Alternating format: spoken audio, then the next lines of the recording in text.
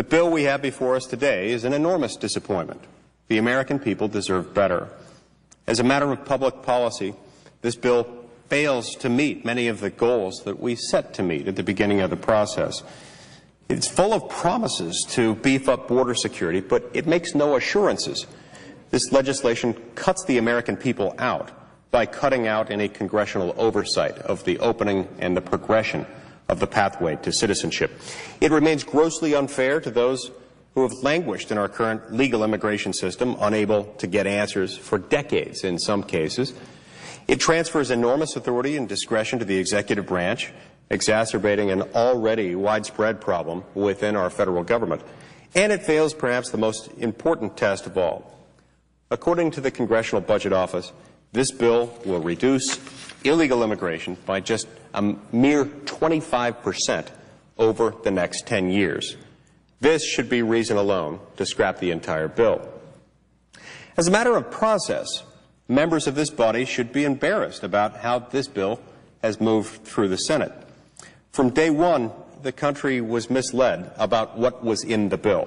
The talking points never matched the reality of what was in the bill. We were told that if we didn't like what was in it, that we'd have an opportunity to fix it. But that wasn't true either. During the committee markup, Democrats and the Gang of 8 Republicans voted as a bloc to defeat virtually all substantive amendments proposed to improve the bill. They said there would be regular order on the floor of the Senate, but that turned out to be a false promise as well.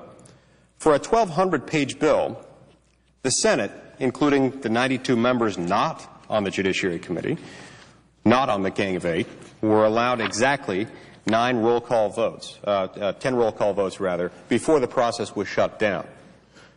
By contrast, during the 2007 debate on immigration reform, the Senate voted 32 times to amend the bill. Some would argue even that was too small, but certainly 10 votes on a 1,200-page bill doesn't suggest that the proponents of the bill are interested in regular order. And for the grand finale, at nearly the end of this process, the proponents substituted what is effectively a brand new bill in place of the one we've been debating for over 2 months. They gave us very little time to read it before we had to vote on it. And once we were on the new bill, they did not allow a single vote on any amendments. Mr. President,